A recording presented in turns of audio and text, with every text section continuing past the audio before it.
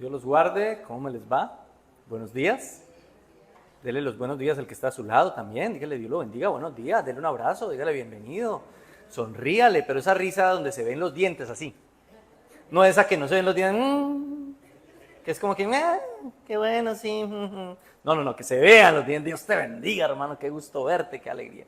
Vamos a orar, ¿qué les parece si comenzamos orando? Pongámonos en pie, por favor. Pongámonos en pie. Vamos a comenzar dándole la gloria, la honra y la alabanza a nuestro Señor en oración en esta mañana para poder comenzar nuestro estudio.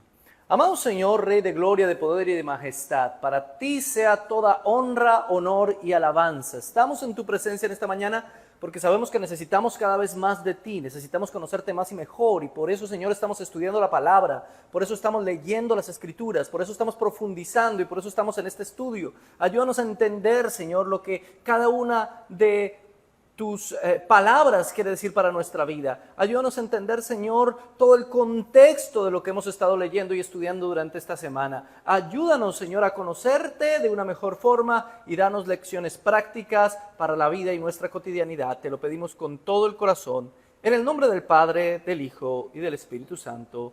Amén y amén. Tomen su lugar, por favor, mi amado hermano. Muchísimas gracias.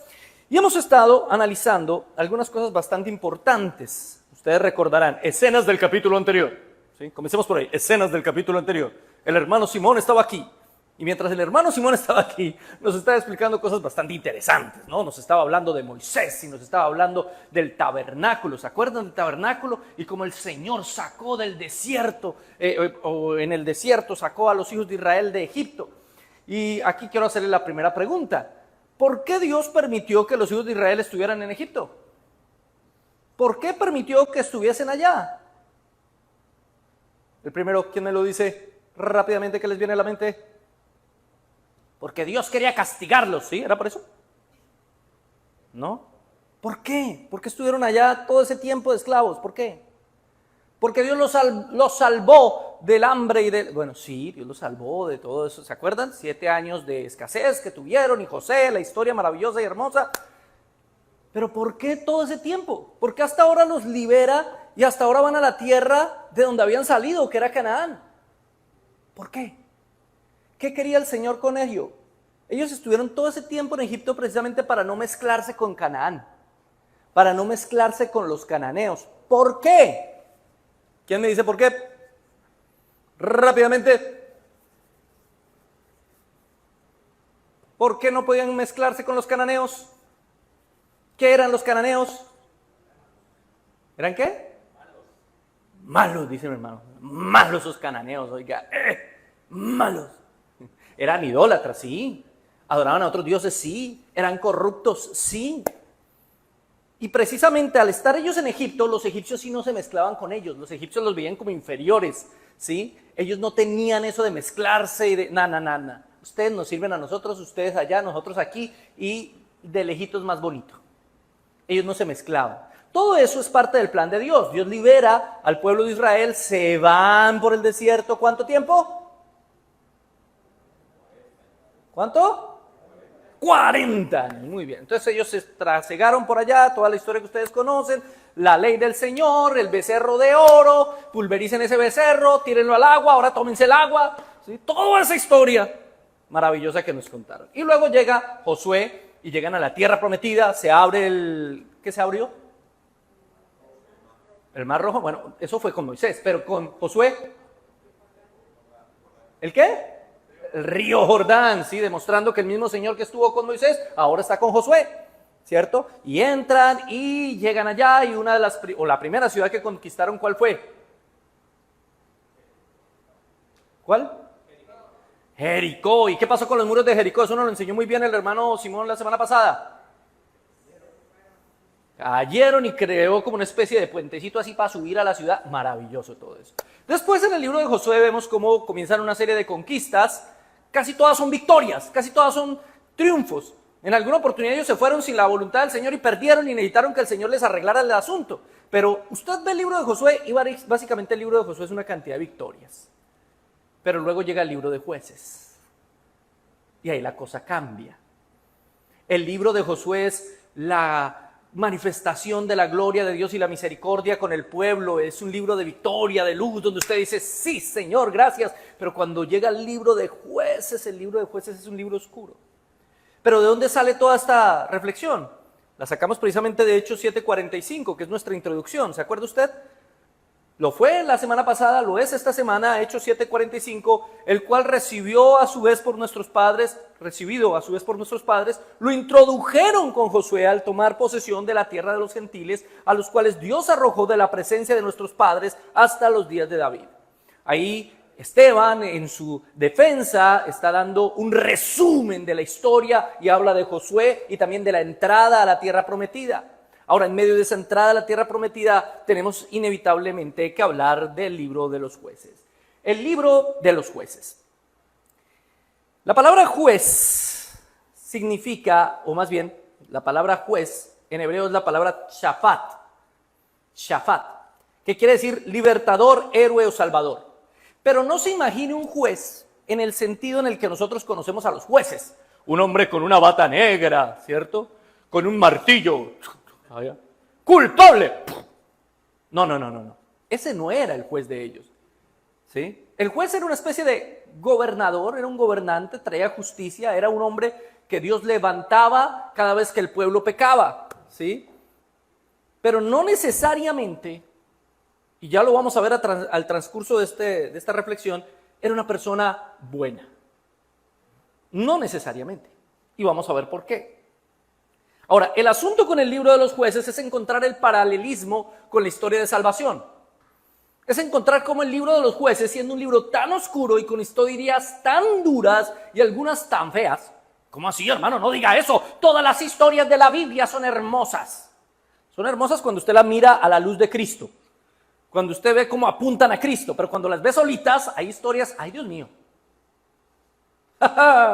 Hay historias duras, difíciles, complicadas. Así que el asunto con el libro de Jueces es encontrar el paralelismo con Cristo, es encontrar el paralelismo con la salvación.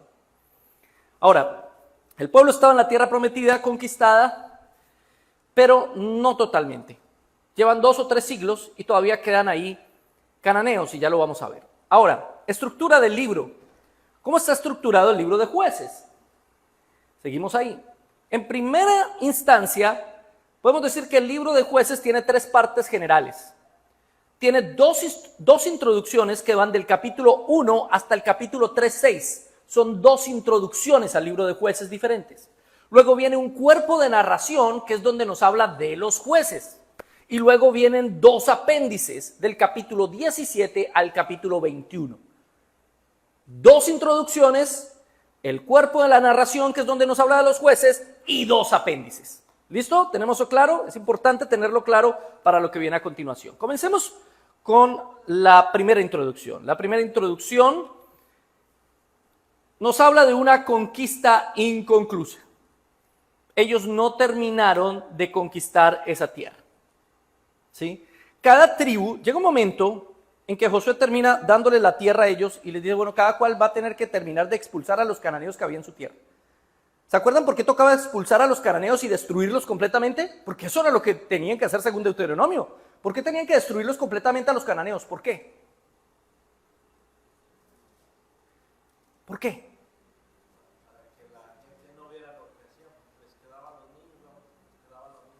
Para que la gente no repitiera precisamente ese mal ejemplo. 1, de idolatría. 2, de corrupción moral. Los cananeos eran unos corrompidos.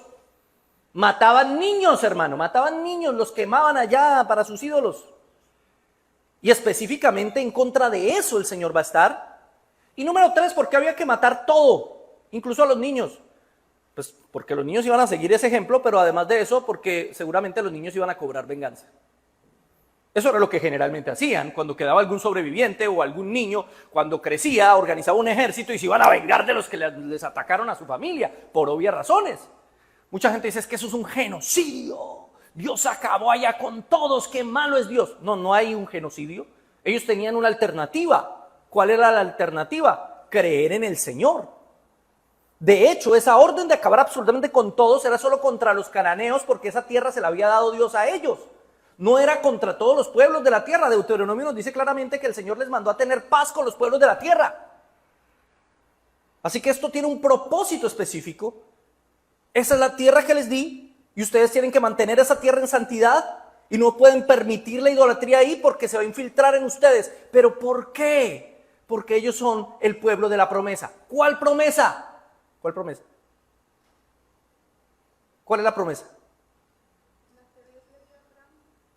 Dios se la dio a Abraham, muy bien. Esa es la promesa. ¿Y cuál era?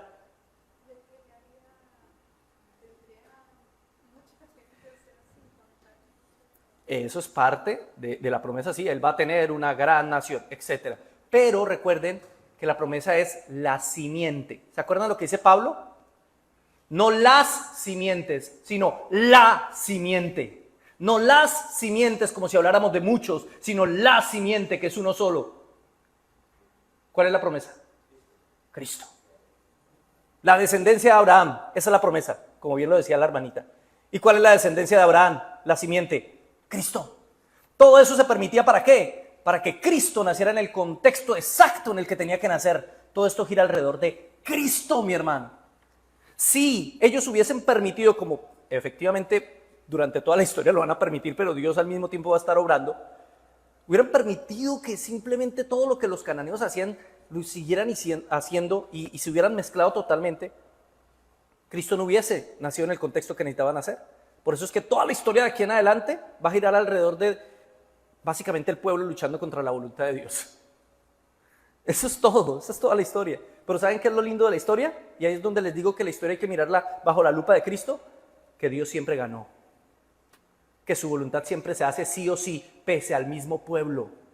Pese a nosotros mismos, Dios hace su voluntad. A pesar de nosotros mismos, Dios hace lo que quiere, con quien quiere, cuando quiere y porque quiere. Es Dios. Y eso cambia el panorama completamente. Eso nos hace ver a Dios de una manera maravillosa. Ahora, Jueces 3:1, y precisamente eso es lo que tiene que ver. Miren lo que dice. Estas pues son las naciones que dejó Jehová para probar con ellas a Israel. Mire que es el Señor mismo el que permitió que esas naciones quedaran ahí. Porque quería ¿qué? Probar a Israel. Dios permitió que ellos quedaran ahí para que los israelitas los sacaran. Y ellos no pudieron. Tenían que darse cuenta que no podían. Tenían que darse cuenta que dependían de Dios para sacar a esas naciones. Así como nosotros tenemos que darnos cuenta que no podemos contra el pecado, que necesitamos de Dios para que el pecado salga de nuestra vida. Nosotros solos no podemos, hermano. Mucha gente llega y me dice, hermano, es que yo ya no puedo, hermano. Yo lucho y lucho y lucho contra el pecado, hermano, y ya no puedo. Y yo le digo, pues sí, hermano, usted no puede. ¿Qué hago? ¿Dejo de luchar? Pues sí, dejé de luchar. Entonces me doy al pecado. No. Ríndase a la mano del Señor. Que sea Él el que saque el pecado de su vida. Que sea Él el que lo transforme, el que lo cambie, el que lo haga diferente, el que lo haga una nueva creación. Y luego dice, a todos aquellos que no habían conocido todas las guerras de Canaán, solamente para que el linaje de los hijos de Israel conociesen la guerra, para que la enseñasen a los que antes no la habían conocido. Mire el propósito. Ellos tenían que aprender que esto es peleando. Ellos tenían que conocer la guerra. Ellos no habían conocido la guerra, eran una nueva generación. Y el Señor permite que esos pueblos cananeos queden ahí para que ellos tengan que luchar, para que ellos tengan que estar en la guerra. Ahora, la segunda introducción en el capítulo 2 nos habla de los ciclos de Israel. Israel comienza una serie de ciclos que vamos a ver alrededor del libro de Jueces todo el tiempo. Todo el tiempo. Y el capítulo 2 nos lo resume. ¿Cuáles son esos ciclos? Atención. Los ciclos son los siguientes. Reposo, rescate, reposo, rebelión, retribución y rescate. Reposo, el pueblo reposó porque Dios les dio la victoria. Rebelión, el pueblo se rebela, ¿sí? Ya no adoran a Dios y comienzan a adorar a otros dioses. Retribución, viene el castigo de Dios y Dios permite que sus enemigos se levanten en contra de ellos. Y rescate, Dios levanta un juez que los rescata en nombre suyo, los llena de su espíritu y ellos vuelven al reposo. Y así es todo el libro. Todo el libro es eso. Reposo, rebelión, retribución, rescate. Reposo, rebelión, retribución, rescate. Y ellos reposaron, pero vamos a hacer lo que se nos da la gana. Y hacían lo que se les daba la gana, y entonces venían los problemas y los ejércitos y los invadían. Y Señor, sálvanos, ayúdanos, por favor, y ahora sí nos arrepentimos. Y entonces el Señor levantaba un juez, los salvaba. Sí, somos vencedores. Ay, reposamos, y reposaban y, ay, ya nos aburrimos de reposar. Adoremos a otros dioses de una vez. Sí, adoremos a otros dioses. Y otra vez el mismo ciclo. Una y otra vez, la misma cosa todo el tiempo. Cualquier parecido con usted y conmigo es pura coincidencia. Dígame si no, somos así. Somos así todo el tiempo. Estamos tranquilos, sí, estamos tan tranquilos que comenzamos a hacer lo que no debemos. Y entonces Dios permite que vengan cosas difíciles a nuestra vida. Y entonces ahí sí venimos acá y nos postramos, Señor, ayúdame. ¿Sí? Y el Señor nos ayuda y tiene misericordia. Y tenemos la victoria. Y otra vez después, si más bien hago Y así es toda la vida de todo el cristiano. Ese es el libro de Jueces. Esa es la historia del libro de Jueces. Todo el cuerpo del texto del libro de Jueces se puede resumir ahí. Las 4 R's: reposo, rebelión, retribución y rescate. No se le vaya a olvidar eso. Ahora bien, luego vienen los 12 jueces. En el capítulo 3 al 16. Los 12 jueces. ¿Cuáles fueron los 12 jueces? Primero vamos a hacer algunas preguntas de la lectura que ustedes hicieron. Efectivamente, muy juiciositos, ¿cómo no? Ustedes estuvieron examinando el libro de Jueces. Preguntas, a ver quién se la sabe. Un dulce. No traje dulces. La próxima vez traigo dulces. Les quedo viendo el dulce. Aquí toca como con los niños. Traerles un regalito, una guitarrita chiquita. Número 1. ¿Cuántos jueces tuvo Israel? ¿Quién sabe? No, era trampa. No fueron 12. Los 12 aparecen en Jueces, pero hay uno más. Son 13. Ahí estaba la trampa. En Jueces solo aparecen 12, porque, según piensan la mayoría, el libro de Jueces fue escrito por el último juez. ¿Quién fue el último juez? Parece el colmo que tú que dijiste 12 jueces no sepas. ¿Cómo? Samuel, correcto. Ese fue el último juez. Samuel fue el último juez. Muy bien. ¿Quién fue el primero entonces? Gedeón, no. ¿Quién fue el primer juez?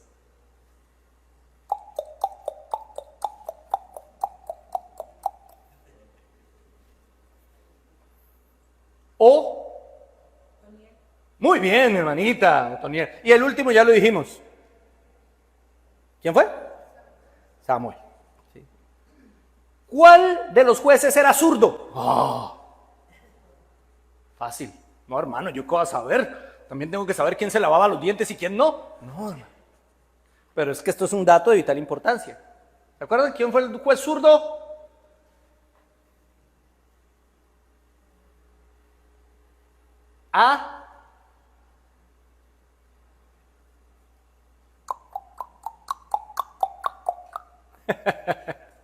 Ahod, muy bien, mis hermanos, Ahod. Fácil, esta es fácil. ¿Cómo se llamó la única jueza? Bueno, juez mujer. ¿Cómo? Débora, muy bien, mi hermanita querida. La pastora. ¿Qué juez venció con 300? ¿Cómo? Gedeón, muy bien, mi hermano, muy bien. Yo pensé que iba a decir el de la película, hermano, que venció con 300, ¿cómo se llama? Leonidas. No, Gedeón. Muy bien, mi hermano. Acá los tenemos para que podamos verlos. El primero fue Otoniel, ¿cierto? Y este es un cuadrito muy importante, no sé si se alcanza a ver bien, pero se los voy a resumir rápidamente. Jueces, Otoniel, considerado juez mayor, es decir, los jueces se dividen en dos grupos, los mayores y los menores. Los mayores es porque la historia se narra más, ¿sí? Los menores es porque no hay muchos detalles de lo que pasó con ellos. Otoniel es un juez mayor, Jueces capítulo 3, de la tribu de Judá, fue juez durante 40 años y venció a los arameos. Ahod o Ehud, como quiera decirle, pero Ahod generalmente aparece en la Reina Valera, También juez mayor de la tribu de Benjamín, duró 80 años como juez, venció a los moabitas. Samgar es menor, venció a los filisteos. Débora es un juez mayor, venció a los cananeos, era la tribu de Efraín. Barak, junto con Débora, algunos lo consideran juez, otros no, porque la Biblia no dice que fueran juez. ¿Sí? Entonces, algunos dicen, Débora y Barak, juez. ¿Sí? Y ya vamos a ver un poquito de eso. Tenemos a Gedeón de la tribu de Manasés, venció a los madianitas. A Tola, en Colombia hay un humorista que es un personaje que se llama Tola. Entonces siempre que digo Tola, allá en Colombia dicen la compañera o el compañero del humorista, dicen Maruja. Pero Maruja no fue juez, solo Tola, por si acaso les viene eso a la mente. Luego Yair, si hay algún Yair aquí, ya sabe que tiene nombre de juez. Jefté, de la tribu de Efraín, venció a los filisteos y a los amonitas. Ibsán, de la tribu de Judá. Elón, de la tribu de Saulón. Abdón, de la tribu de Efraín. Sansón, de la tribu de Dan, que venció a los filisteos. ¿Sí? El penúltimo juez. Y el último, Samuel, de la tribu de Efraín, que fue juez toda la vida. Toda la vida fue juez el señor Samuel. Muy bien. Comencemos con los jueces menores entonces. Samgar, Tola, Yair, Ibsán, Elón y Abdón, ¿sí? No se les atribuye ningún acto salvador así espectacular, sino que simplemente se habla brevemente de ellos, acerca del origen de sus familias y el lugar de su sepultura, no más, no hay grandes datos de ellos. Pero de los jueces mayores sí tenemos, ¿sí? ¿Cuáles son los mayores entonces? Tenemos 6, Jefté, Otoniel, Ahod, Débora, Barak, Gedeón y Sansón. Esto hablando de los jueces que están en el libro de jueces. Obviamente, si colocamos a Samuel como juez, pues las obras de Samuel fueron enormes y es tal vez el más importante de todos si hablamos de Samuel. Pero como estamos en el libro de jueces, todavía no estamos hablando de Samuel, ¿cierto? Entonces, dentro de estos, los más importantes son Jefté, Otoniel, Ahod, Débora y Barak, Gedeón y Sansón. Hagamos un resumen rápido de ellos. Otoniel significa fuerza de Dios. Lindo nombre. ¿Han conocido alguna Otoniel alguna vez en la vida? ¿Tienen algún hijo que se llame Otoniel? Otoniel, tráigame para la leche. ¿No? Ok. Jueces capítulo 3, verso 10. Y el Espíritu de Dios vino sobre él y juzgó a Israel y salió a batalla y Jehová entregó en su mano a Cusán Risataim, rey de Siria, y prevaleció su mano contra Cusán Risataim. Cusán Risataim significa doble crimen. O sea, era una persona, decimos perdónenme la expresión colombiana, era un hombre, era un man, era un hombre malo, pero además de malo, más malo. ¿Sí? Era malo. Eso es lo que quiere decir, doble crimen, piensan algunos, Cusán Risataim, ¿no? Ahora, es interesante cómo el primer juez nos dice la palabra que el Espíritu del Señor vino sobre él. ¿Sobre quién más vino el Espíritu del Señor? ¿Alguien recuerda esa expresión específica? Porque esa expresión se va a repetir en varios jueces, y es importante eso. El Espíritu del Señor vino sobre mí. ¿Quién? Díganlo. Jesús, muy bien. Nuestro Salvador Jesucristo. ¿Cierto? Lucas 4:18 cita a Isaías 61:1. El Espíritu de Dios vino sobre mí, me ungió el Señor. Ahí nos está ya mostrando que aquel que salva al pueblo, ¿sí? Aquel que es la promesa tendrá que ser lleno del Espíritu de Dios, que es nuestro Señor Jesucristo. Comenzamos a ver a Jesucristo desde Otoniel, ¿sí? Otoniel se cuenta como de la tribu de Judá, pero si uno se pone a profundizar, su origen no solamente era de la tribu de Judá, sino era de origen madianita, porque su familia venía de la familia de Reuel. ¿Quién sabe quién era Reuel? Yo vi una pregunta sobre eso por ahí en el chat de la clase. Reuel, el mechuito, ese que sí es como por la 13-14 así. No. ¿Quién era Reuel? ¿Quién se acuerda? Jetro, el suegro de Moisés. Él era descendiente de esa gente. Él era madianita, o por lo menos tenía descendencia madianita. Él era de la tribu de Judá. ¿Qué nos muestra esto? Si usted va a mirar la genealogía de Jesús, en la genealogía de Jesús hay varias personas que no eran judíos. Siempre la salvación fue pensada desde el principio para judíos y gentiles, siempre. Lo que pasa es que el Señor escoge a Israel para que nos muestre cómo va a ser ese camino de salvación, pero siempre el Señor todo lo tuvo dentro de su plan, siempre todo fue planeado así. Ahora, era Números 32:12, mire lo que dice: excepto Caleb, hijo de Jefone, Ceneseo y Josué, hijo de Nun, que fueron perfectos en pos de Jehová. ¿Sí? Él era de esa familia y era cuñado, ojo, él se casó con la prima. ¿Sí? ¿Cómo así que se casó con la prima? ¡Eso es pecado! ¿Sí? Pues bíblicamente no, realmente. Cuando uno va a mirar las consideraciones morales, pues no aparece esa prohibición en la ley. Aparecen otras prohibiciones. No faltará el que diga: ay, gracias, Señor, avivamiento. No. Entre primo y primo más me arrimo. No se ponga a pensar así, por favor, mi hermano querido. ¿Sí? Eso era en esa época. Bueno, pasemos de este. Sigamos con Ahod. Ahod, el que alaba. Este era el zurdo. ¿Se acuerdan que les dije que había un juez zurdo? Algunos piensan que era zurdo, otros piensan que tenía la mano derecha discapacitada. El caso es que usaba la zurda, la izquierda. Ese es el caso, ¿sí? Él va a pelear contra un rey que era gordo, pero gordo. Se llamaba Eglón, hasta el nombre me suena a gordo.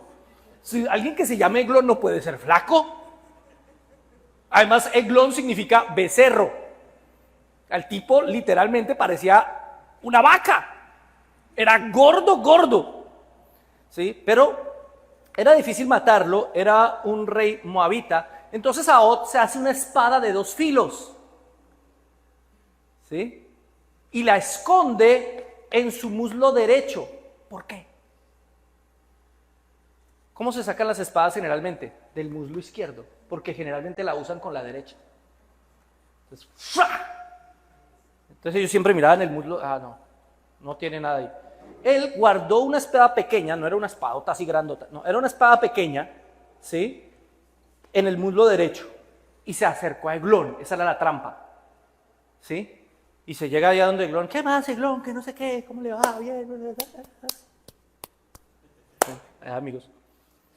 Y que sí, Eglón, que no sé qué. ¡Pum! Saca la espada de 2 filos y ¡pua! Se la entierra en la barrigota de Eglón. Y dice la escritura que le enterró hasta ¿cómo se llama? ¿Empuñadura? Eso es. Sí, eso. Totalmente. Y en el texto original dice que salió excremento de Eglón. La Reina Valera lo pone más bonito, ¿no? Pero literalmente eso fue lo que pasó. Le salió hasta el excremento. O sea, sorpresivo, astuto, muy inteligente. ¿Cuál es la espada de 2 filos? La palabra de Dios. Aquí ya hay un tipo, hay una sombra. La espada de 2 filos, una victoria inesperada. Un zurdo era alguien considerado inferior dentro de la cultura de aquellos tiempos. Alguien que solamente podía manejar la mano izquierda era visto como alguien que no tenía gran capacidad. Sin embargo, él pudo vencer a este enorme y gordo y desagradable rey. Y esto ya comienza también a hablarnos de Cristo. Menospreciado, lo miraron por encima del hombro. ¿Puede salir algo bueno de Nazaret? ¿Así dijeron o no del Señor? ¿Puede salir algo bueno de Nazaret? ¿Qué? De Galilea nunca ha salido profeta. ¿Cómo van a decir que Jesús es profeta si de Galilea no salen profetas? Nadie lo esperaba. Cuando menos lo esperaban, él sacó la espada de 2 filos y derrotó al enemigo con su palabra. ¿Se dan cuenta cómo comenzamos a ver tipos y sombras de Cristo alrededor de estos jueces? Y comenzamos a ver cómo la Biblia nos está hablando más de 1000 años antes sobre la obra de Cristo. Porque esto fue 1000 años antes de Cristo. Tercero, Débora y Barak, capítulo 4 y 5, la abeja y el relámpago. Débora significa abeja y Barak significa relámpago. En Colombia a alguien muy astuto se le dice abeja, porque nosotros a todo le ponemos nombre de animal, por alguna razón, ¿sí? Si uno tiene trabajo, en Colombia dice tiene camello. Si alguien se mete en lo que no le importa, en Colombia le decimos sapo. Si alguien es muy astuto, le decimos abeja. A todo le ponemos nombre de animal, ¿sí? Por alguna razón. Entonces, la abeja y el relámpago. Débora. Este personaje de Débora es muy interesante porque muchas personas lo usan para justificar el pastorado femenino. ¿Se da cuenta? Vea, Débora era una profeta del Señor. Era una profeta del Señor. ¿Era profeta del Señor? ¿Sí o no? ¿Qué piensan? Sí, claro que era profeta del Señor. El Señor le habló y le dijo, Débora, vaya, dígale a Barak que se vaya a ver para la guerra. Y Débora fue allá y le dijo, bueno, Barak, te vas para la guerra, el Señor te mandó que vaya. Y Barak, si usted no va conmigo, yo no voy. Yo voy, pero si usted va. Ah, bueno, yo voy con usted, pero por haber dicho eso, ahora nuestro enemigo va a caer en manos de una mujer, ¿no? Usted no va a ser el que se va a llevar la recompensa por la muerte de... Bueno, pero usted va conmigo. ¿Podemos decir que porque Débora fue una profeta, entonces esto es un argumento suficiente o a favor del pastorado femenino? Algunos piensan que sí. Otros dicen, momento, miremoslo más profundamente. La función de juez era una función político-administrativa. Ella no fue sacerdote, no cumplió con ningún tipo de ritual en el tabernáculo ni nada de eso, ¿sí? Dios le hablaba, Dios la usó, efectivamente fue una mujer de Dios, pero la Biblia es clara al decirnos que era esposa de Lapidot. ¿Por qué nos nombra al esposo de Débora y no a la esposa de Barak? Parece la Biblia querer darnos a entender que esta mujer estaba sometida a su marido, y precisamente esto la realza más. Ahora, el hecho de que no estuviera sola, sino que estuviera con Barak, parece mostrar el principio de complementariedad. ¿Saben cuál es ese principio? Que los hombres y las mujeres somos complementarios, nos necesitamos los unos a los otros. Ella cumplió un papel, y su papel fue transmitir la palabra de Dios a Barak, pero ella no se fue a pelear. Algunas personas muestran, la guerrera Débora. ¿Cuál guerrera? ¿Dónde está Débora peleando? Débora no peleó con nadie, mi hermano. Débora fue, lo acompañó, estuvo en todo el asunto, pero el que estaba peleando era Barak. El que estaba en la guerra era Barak. Cada uno tuvo su papel, su responsabilidad en este proceso. Algunos dicen, es que a Barak le faltaba conocer al Señor. Él no conocía bien al Señor, no habían hombres dignos. Y entonces por eso Dios decidió como última opción, bueno, escogeré a Débora porque ninguno de estos, ni siquiera Barak me sirve para nada. Débora. Yo no estoy tan de acuerdo con eso, ¿saben por qué? Porque más adelante vamos a ver una cantidad de hombres indignos que Dios escogió y hizo cosas con ellos. Entonces yo digo, si Dios hubiera podido coger y bueno, Barak me hace esto y punto. Pero decidió en su sabiduría y soberanía escoger a Débora. Débora también tiene un papel importante. Débora puede que no podamos decir que sea una pastora, porque es que es exagerar, es decir, en la interpretación bíblica, decir que el hecho de que Débora fuera profeta nos dice que Débora era pastora, son dos cosas completamente diferentes. Lo que quiere decir es que ella transmitía la palabra de Dios, al igual que todas las mujeres hoy tienen la responsabilidad de transmitir la palabra de Dios a todas las personas.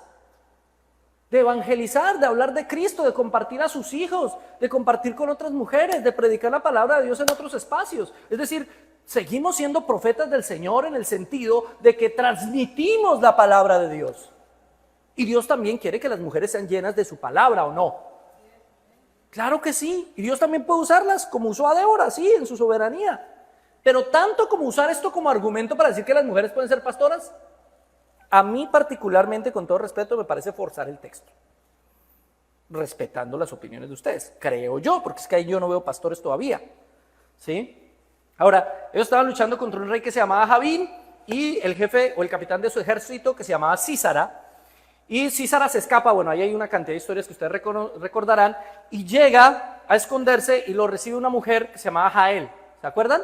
¿Qué hizo Jael? ¿Se acuerdan qué hizo? Una mujer muy astuta. Un gran ejemplo de mujer. No, recuéstese, tranquilo, descanse un ratico, no me preocupe. Ay, bueno, gracias. Ya así Sara se recostó. Llega esta mujer, ojo con esto. Coge una estaca con las que clavaban las carpas, las casas de ellos. silenciosa, ella calladita. Cualquier parecido con su esposa es pura coincidencia. Le pone la estaca, en eso no, le pone la estaca en la cabeza, coge un mazo, ¡pum! Quedó clavado ahí ese tipo. Qué lindo texto. Qué hermoso pasaje. Qué mala esta mujer. Mala no, Dios la usó. ¿Dios la usó para matar a alguien? ¿Cómo Dios no mata a nadie? Les tengo malas noticias, mis hermanos, o buenas noticias más bien. Todos los que mueren, mueren porque fue voluntad de Dios que muriera. Nadie muere sin ser voluntad, Dios lo designó así. Ahora, esta mujer está haciendo algo que ella siempre hacía. Siempre. Las mujeres eran las que clavaban las estacas. Eran mujeres de buen brazo, mi hermano. No eran mujeres débiles. Ay, un hombre que clave las estacas para la casa. No, ellas eran las que hacían eso en su contexto, en su cultura. Esta mujer hizo lo que ella hacía siempre. Por medio de su trabajo, derrotó al enemigo. Cumpliendo su papel, derrotó a este malvado capitán que los tenía a ellos esclavizados. Y ni siquiera sabía que lo estaba persiguiendo Débora y Barak. No, ella lo hizo porque este tipo es malo y nos ha causado mucho mal y adiós, aquí tengo la oportunidad. Dios le dio la victoria al pueblo por medio de esa mujer, ni siquiera por medio de Débora. La victoria final fue por medio de Jael. Mire cómo Dios en este pasaje específicamente nos muestra cómo Él puede usar a las mujeres de una manera maravillosa. Mujeres, no tomen el ejemplo de esta mujer. Eso era en aquella época con César. ¿Sí? Sí, hay que hacerla cuidadito cuando una mujer le diga, no, tranquilo, descanse, no me preocupe. Cuidado, piénselo muy bien. Mentiras. Cuarto, Gedeón, el corta árboles, cortador de árboles, Gedeón, otro juez superior. Jueces 6:11.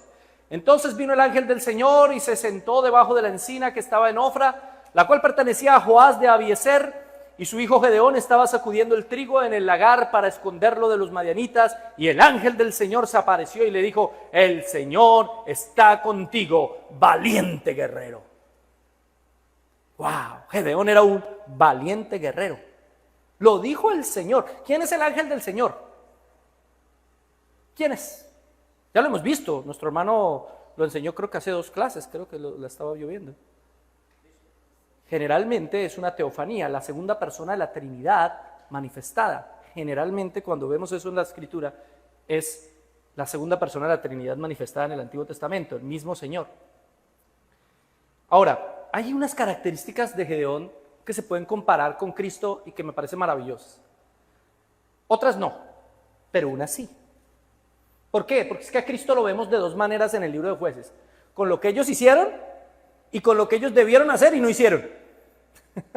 Así podemos encontrar a Cristo, ya nos vamos a dar cuenta por qué, si alcanzamos. Número 1, era un héroe pobre. Jueces 6:15. El Señor fue pobre.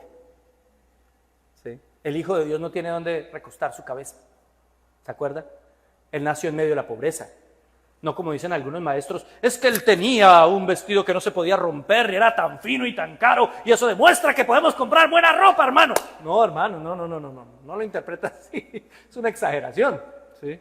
Ellos a veces no tenían ni con qué pagar el impuesto y ¿qué los puso a hacer el Señor? Vaya pesque, porque es lo que usted sabe hacer, ¿se acuerdan? No es que el Señor tenía para comprarse ropa fina, o sea que comprarme ropa fina es pecado, no, tampoco estoy diciendo eso, hermano. Estoy diciendo que el Señor Jesús no era rico.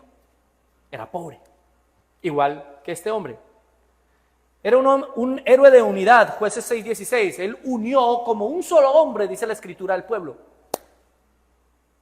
¿Qué fue lo que el Señor intentó? Bueno, hizo efectivamente con su pueblo. ¿Qué es el pueblo? ¿Qué es la iglesia? Un solo hombre. Somos el cuerpo de Cristo. Actuamos como un solo hombre. En ese mismo sentido. Gedeón fue un héroe que presenta un sacrificio. Él presentó un sacrificio al Señor después de toda esta manifestación en Jueces 6:21. Jesucristo mismo presentó el sacrificio al Señor, al Padre. Gedeón fue un héroe enemigo de Baal. Por eso lo llamaban Jerobaal, el enemigo de Baal. el enemigo de ese falso Dios. Jesucristo fue el enemigo, obviamente, de Satanás y del pecado. Ahora, también vemos que Gedeón fue un héroe de un remanente. ¿Por qué un héroe de un remanente? ¿Se acuerdan? ¿Quién me cuenta la historia? ¿Por qué un héroe de un remanente? ¿Por qué un héroe de un pequeño grupo?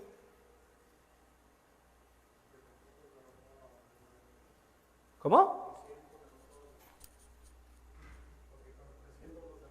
Porque con 300 los derrotó, amén. Tenía 32,000 al principio. 32,000 es un ejército respetable. Pero el Señor dijo, no, muchos.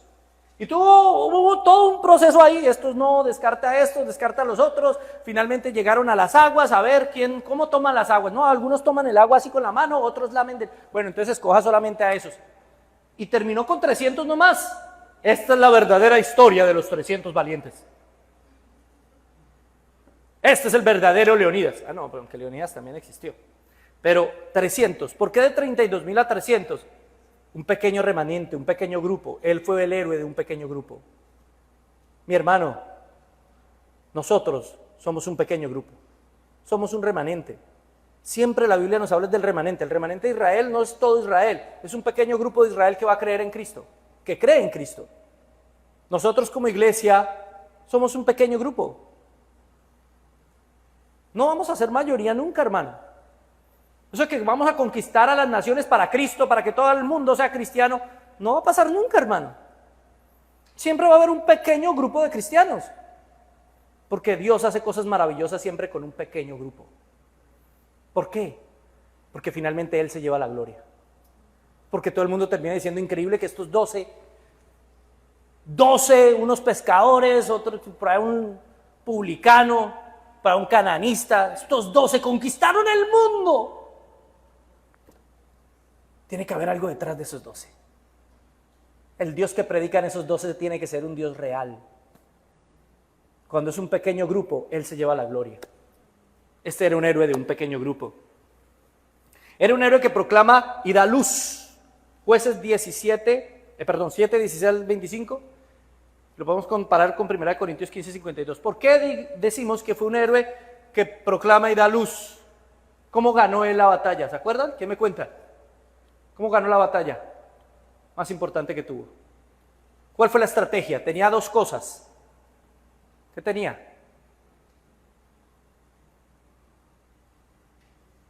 ¿Se acuerdan de la historia de Gedeón?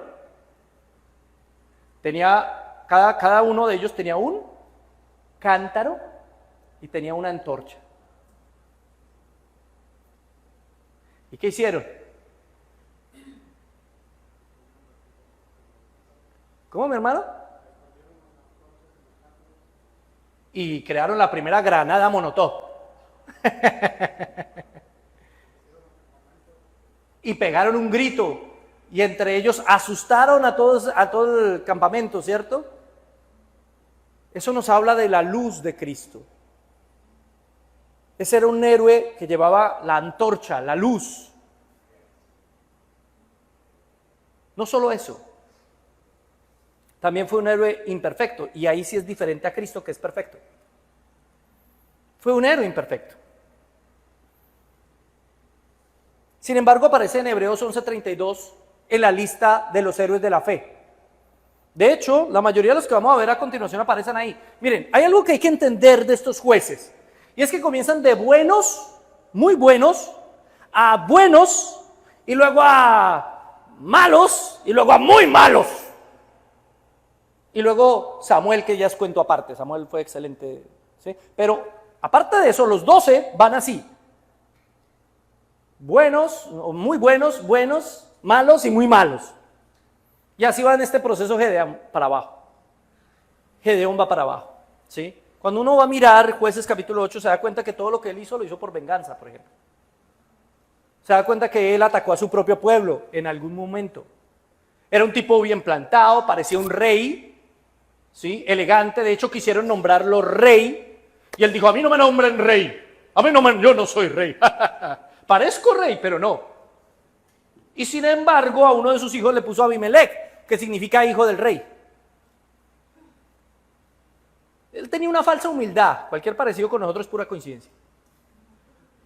No, todo es para la gloria del Señor. Uno siempre dice eso, ¿sí o no? Todo es para la gloria del Señor, no para mí, todo es para la gloria del Señor, pero por dentro uno, sin mí no hubieran sido capaces. Todo es para la gloria del Señor, pero el Señor me usó a mí porque yo soy especial. Algo así era este Gedeón, ¿sí? Algo así. Era un tipo que tenía cierto orgullo allá por dentro, que creía que era gracias a él y a sus actos que logró todo eso. Así que fue un héroe imperfecto, cometió varios pecados, que pues no tengo tiempo aquí para detallarlos todos, pero usted puede leerlo en la casa porque sus pecados fueron graves. Número 5, Jefté. Dios abre la matriz. Jefté era una especie de mafioso de las montañas, ¿sí? Que era hijo de una mujer que había sido ramera. ¿Saben qué es eso, no? Sí, una mujer que vive en las ramas. No. Una mujer que se dedica a vender su cuerpo.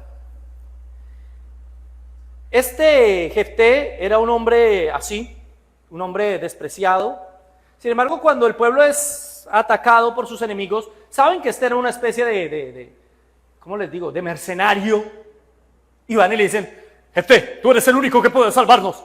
Jefté, por favor, sálvanos. ¿Sí? Pero cuando uno va a mirar a Jefté, pues Jefté no conoce realmente a Dios. Tan no conoce a Dios que le dice a Dios que si le da la victoria, él va a hacer ¿qué? ¿Se acuerdan cuál es la condición que Jefté le pone a Dios? Lo que le promete a Dios. ¿Quién me dice qué fue lo que le prometió Jefté a Dios? ¿Qué le prometió? ¿El primero qué? Jefté. ¿Ninguno? Pueden mirar la Biblia, no me preocupe, también ahí están los versículos. ¿No es pecado mirar la Biblia? No, hermano, no, hágale. No están en examen, pueden mirar la Biblia cuando quieran. Faltó decirles desde el principio que podían mirar la Biblia cuando querían. ¿Qué fue lo que Jefté le dijo al Señor? Si tú me das la victoria, Señor, yo te sacrifico, rendiré en holocausto lo primero que salga a mi encuentro. Eso es no conocer a Dios. Él tenía una noción de Dios, pero no era un tipo que conociera realmente a Dios. Dios no le está pidiendo nada, ¿para qué pone a hacer esos votos? Dios no le está diciendo, tendrás que darme ahora en holocausto. No, eso no se lo dijo Dios, eso fue Jefté el que le dio por hacer esos votos ahí apresurados. ¿Sí? Cuidado con los votos apresurados.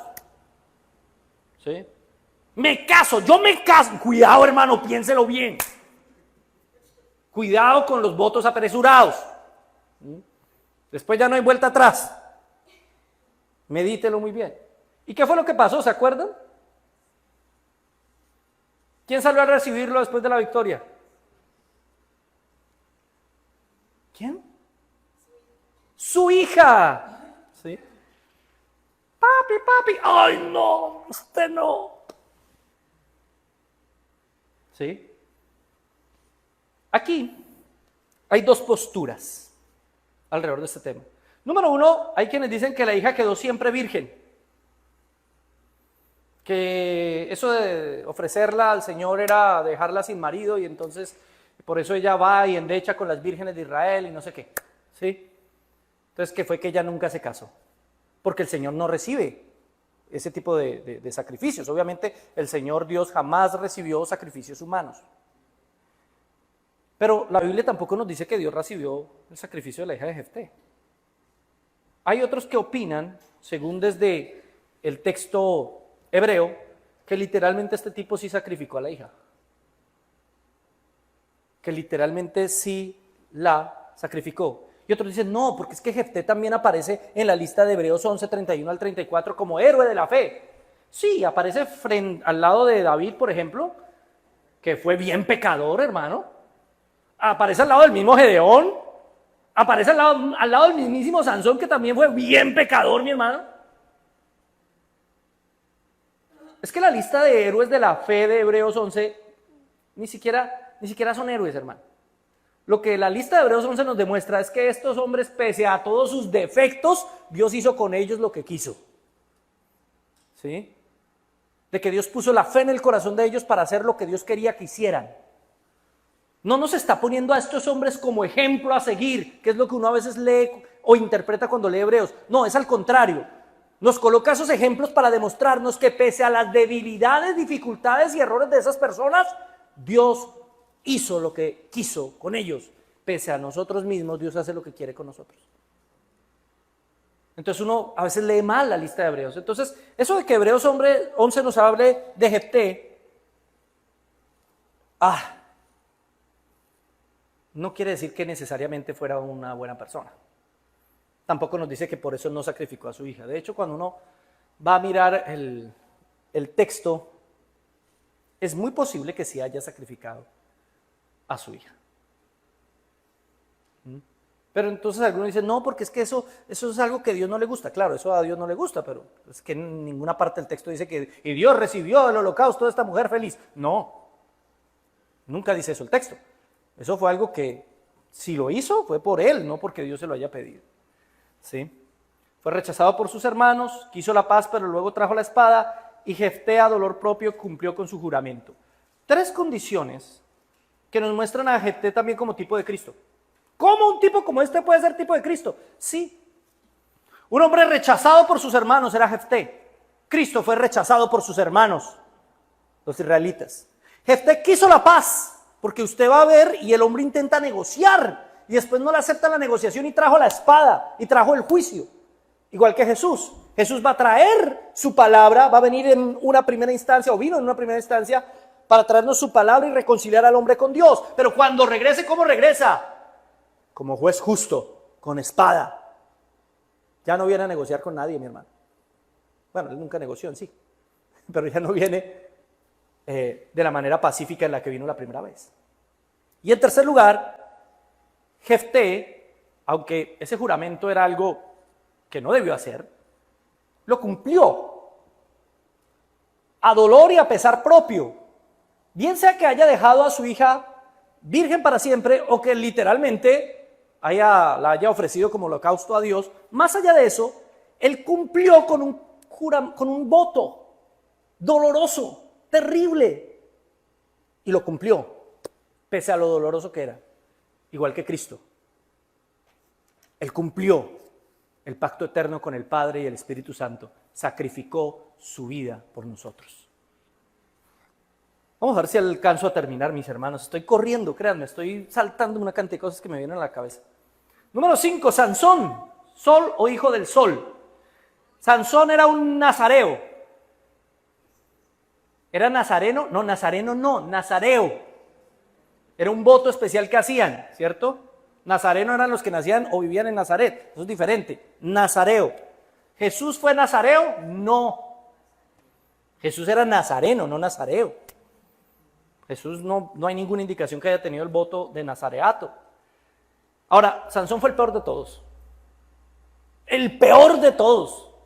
El más malo de todos, hermano. ¿Sí? Falló absolutamente en todo. En su voto no podía ingerir nada de uvas, ni licor, ni nada de la vid.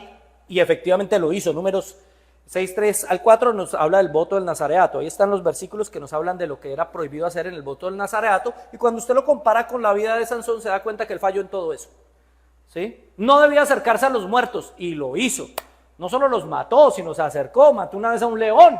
Y el león, hubo unas abejitas que hicieron ahí como un panal de miel, y él fue por allá y comió la miel y todo el asunto feliz. Tranqui, y eso que tenía el voto, y él sabía que tenía el voto, ¿sí? No podía tocar un muerto y lo tocó, y obviamente no podía cortarse el cabello, y finalmente, después de ser seducido por Dalila, se lo dejó cortar, porque él tenía una terrible debilidad por las mujeres, y las mujeres malas.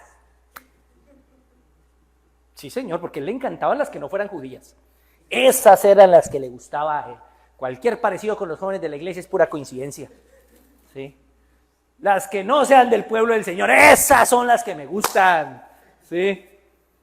Entre más cortica la falda, mejor. Esa es la que... Así era Sansón. Incluso se metió con una mujer de las ramas, que vivía en las ramas. Y obviamente Dalila, ¿cuál es el secreto? Bueno, si tú me haces una trenza así, y nada. Los filisteos contra ti, venga, a ver pues papá, eso sí era bien fuerte el tipo, nadie se lo niega, era pintoso y musculoso, ¿sí? Seguramente, no sé, la Biblia no dice que fuera musculoso, pero fuerte sí era porque hacía unas cosas tremendas que solamente con una gran fuerza se podrían hacer. Pero todo eso venía era de su voto con el Señor, todo eso venía del hecho de que Dios lo escogió. Y uno dice, ¿cómo un tipo como este tan mala gente, que hizo tantas cosas malas, puede ser tipo de Cristo? ¿Cómo? En primer lugar, su nacimiento fue anunciado, igual que el del Señor. ¿Se acuerdan? A la mamá de Sansón le anuncian, vas a tener un hijo y tu hijo va a ser el libertador. Igual que a María le es anunciado el nacimiento de Jesús. Pero más allá de eso, aunque él falló en todo, lo que nos está demostrando es la imposibilidad del hombre para cumplirle a Dios. El elegido, el que va a cumplir, no puede ser solamente un hombre. Todos los jueces nos están demostrando eso. Los hombres no podemos solos. Tiene que ser más que un hombre. Tiene que ser un hombre, pero tiene que ser más que un hombre para podernos dar la victoria. Y ese es Cristo. En segundo lugar, al final, en Jueces capítulo 16, Sansón es puesto sobre las dos columnas, ¿se acuerdan? Él mismo pide, recuéstenme ahí sobre las columnas. Lo recuestan ahí. Él ora al Señor, ¿sí? Y finalmente empuja las columnas, se sacrifica. En eso es tipo de Cristo. Él se sacrifica para acabar con sus enemigos. Como Cristo se sacrificó voluntariamente para acabar con sus enemigos. ¿Qué dijo Jesús? A mí nadie me quita la vida, yo la entrego. Nadie podía quitarle la vida a Jesús. Si Jesús quería derrotar a sus enemigos, es decir, con una sola palabra Jesús hubiese salido de prisión tranquilamente. Era Jesús. Pero es que Él entregó su vida voluntariamente por usted y por mí. En ese sentido es tipo de Cristo. ¿Y en qué sentido también? En el sentido en que un hombre, por muy fuerte y simpático que fuera, iba a pecar siempre. Sansón no podía hacer la promesa porque Sansón pecaba y pecaba y pecaba. Tenía que ser más que un hombre. Finalmente, para terminar, en el capítulo 17 al 21 viene el pecado extremo. Hay dos finales o dos partes finales del libro de Jueces que no alcanzo ahorita a explicar, pero rápidamente hay dos apéndices. El primer apéndice, el capítulo 17 al 18, nos habla de un hombre llamado Micaía, que fue maldecido por su madre por una plata, y luego la mamá encontró la plata y glorificó al Señor, y en honor a eso construyeron una especie de santuario donde hicieron ídolos para adorar al Señor. Y volvió un negocio, se hizo su propia iglesia, ¿sí? La iglesia de Micaías, para ponerlo en términos nuestros. Él se hizo su propio templo y se encontró con un levita, y venga levita, ¿usted qué es levita? Ayúdeme, aquí formamos nuestro negocio para que vengan a adorar al ídolo que yo hice en nombre de Jehová. La obra del Señor no la podemos hacer a nombre nuestro, es decir, esto no es un negocio, no es que yo fundé una iglesia, la iglesia de Cristo ya ha estado siempre. Nosotros solamente predicamos la palabra. Micaías convirtió esto en un negocio, luego llegaron otros, convencieron al levita y le dijeron, camine con nosotros que allí gana más plata, venga. El levita era un mercenario de la fe. Un hombre corrupto, Micaías, y el levita otro más corrupto. Corruptos. Corrompieron la fe, corrompieron la religiosidad, corrompieron los mandamientos del Señor. Pero la peor parte viene después, en el segundo apéndice, capítulo 19 al 21. La peor historia de toda la Biblia. Sin mentirle, mi hermano. La peor, levita y la concubina. Un levita que tenía una concubina. ¿Y la concubina qué hizo? Le fue infiel. ¿Y qué hizo la concubina? Se fue a vivir con el papá. Y entonces el levita dijo, no, yo tengo que ir por mi esposa. Y se fue y le dijo, no importa, mi amor, yo te perdono, tranquila. ¿Sí? Vente conmigo. No, es que yo a usted casi no lo quiero ya. No, vente. Bueno, está bien, vamos. ¿Sí? Y se fueron por allá. Y dijeron, quedémonos en ese pueblo No, yo no me voy a quedar allá en cualquier pueblo porque allá son incircuncisos. Yo me quedo con los hijos de mi pueblo, con los hijos de Israel. Vamos allí a este pueblo de benjaminitas que está... listo, vámonos para allá. Llegaron y nadie les dio posada, nadie. Que era un gran pecado para ellos en aquel entonces, ¿no? Ellos, ustedes saben, los judíos son muy hospitalarios. Hasta que un viejito dijo, bueno, yo no soy de aquí propiamente, pero venga, quédense conmigo. Y fueron y se quedaron allá. El viejito tenía una hija. Y luego llegaron a golpearles allá, pa. Saque a ver a ese hombre que tiene ahí que queremos abusar de él. Cualquier parecido con Sodoma y Gomorra es pura coincidencia. Bueno, específicamente con Sodoma. Es la misma historia. Lo que antes había hecho Sodoma, ahora le estaba pasando en Israel. Queremos abusar de ese levita que está allá, está simpático, está muy lindo. Para el mes del orgullo estaban estos tipos. ¡Sáquenlo! Y entonces al viejito le ocurre una idea maravillosa. No hagan esto. ¿Cómo se les va a ocurrir? No, les doy a mi hija y a la esposa sí. Hagan con ellas lo que quieran. Imagínense. No queremos. Entonces el levita, ¿qué hizo? Como un buen hombre, como un caballero, como un buen esposo, tomó a su esposa y la lanzó. Hagan con ella lo que quieran y déjenme en paz a mí. Eso fue lo que hizo el tipo. Y la historia es terrible. A la mujer la violaron toda la noche, la ultrajaron, la volvieron nada toda la noche. Esa mujer se arrastró hasta la puerta del amanecer y allá murió. El levita sale todo fresco. Vio a la mujer allá tirada. Levántese que nos vamos. Hola, levántese. Se murió. Estoy ofendido. La puso en su burro, se fue. La partió en 12 pedazos y repartió cada pedazo en las tribus.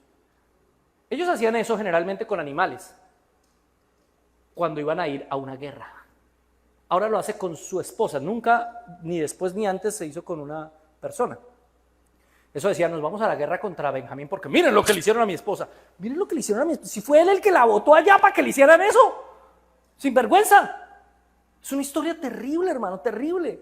Espantosa. Y uno dice, ¿y dónde está Cristo en la historia? ¿Cómo ver a Cristo en esa historia? ¿Cómo? En la historia Cristo se ve en lo que debió haber hecho el levita y no hizo. El levita, para proteger y salvar a su esposa si realmente la amaba, aun cuando ésta fuera infiel, aun cuando no era una buena mujer, él debió haberse entregado a sí mismo por su esposa. No le hagan nada a ella, hagan conmigo lo que sea. Y eso es terrible, porque era una humillación terrible para un hombre y para un levita, ¿sí? Y ellos lo consideraban y consideran a las mujeres menos. ¿Qué le pasa a la mujer? Miren cómo Cristo hizo lo mismo por la iglesia, en ese sentido. Cristo dijo, yo para proteger a esta iglesia, aunque sea infiel, a nosotros, aunque no seamos buenos, pero para protegernos, dijo, yo recibiré todo el castigo. Y se entregó por completo para que nosotros no suframos. Entonces, ¿cómo ve uno a Cristo en una historia tan terrible? Precisamente en lo que debió hacer el levita y no hizo. Para terminar, el libro de los Jueces nos muestra la consecuencia de vivir sin rey. Jueces 21-25. En estos días no había rey en Israel. Cada uno hacía lo que bien le parecía. Esa frase aparece 4 veces en el final del libro de Jueces. Cada uno hace lo que se le da la gana. El libro de Jueces nos muestra la corrupción moral, ética y religiosa al extremo. ¿Por qué? Porque no tenían rey. Y no está hablando de David, está hablando del Señor. El Señor no gobernaba sobre Israel. ¿Qué es lo que pasa cuando el Señor no gobierna sobre nosotros? La corrupción, el pecado, lo peor puede presentarse en nuestra vida. Dios tenga misericordia de nosotros. Oremos. Señor, te damos gracias por habernos permitido tener este panorama general del libro de Jueces. Ayúdanos a entender muchos detalles que nos quedaron por fuera. Te suplicamos, Señor, tengan misericordia de nosotros y nos enseñes cada vez más. En el nombre del Padre, del Hijo y del Espíritu Santo. Amén y amén.